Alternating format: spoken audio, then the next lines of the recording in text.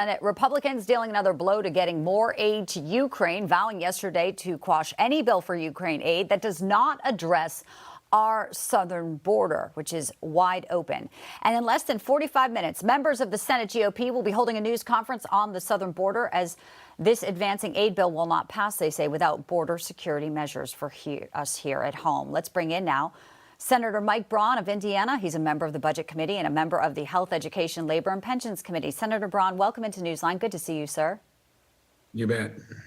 So the White House wanted this, all-encompassing package, aid to Ukraine, Israel. Very strong message yesterday. Like the Senate, though, the House Republicans say it has to be tied to the border. Do you believe that there will be some funding that's worked out, or does this stall and money for Ukraine stalls without the border protection for Americans?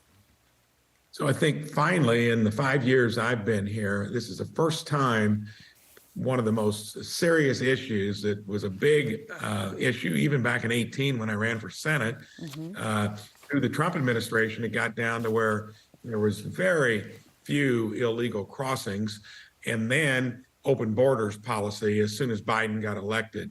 That has been brewing as a key issue.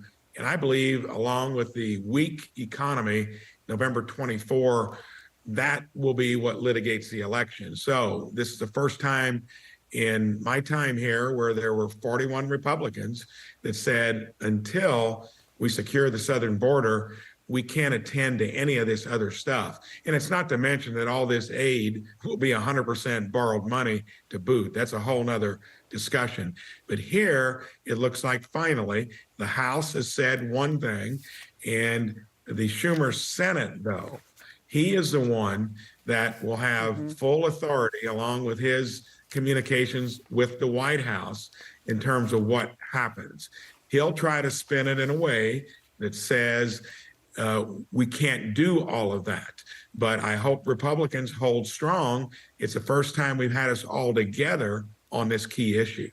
Yes, for sure. And I want to get into the pilot issue, because that's something that a lot of folks would be happy to hear, because your recent legislation would reinstate people who were wrongfully put out of work, Senator, over their COVID-19 vaccination status. As you mentioned here in the legislation, President Biden's vaccine mandates were completely out of line. They violated the liberties of key workers essential in our daily operations, our skies, as you call it. It was jab or job. So what is the status of this, and how many folks do you think could be back in the air because of your legislation?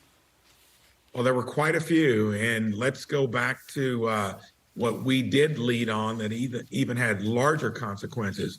Remember when it was in the rearview mirror, and they were still doubling down on forcing all employers down to 100 employees to force a vaccination upon their employees. That would have been the biggest havoc wreaked in the entire COVID journey.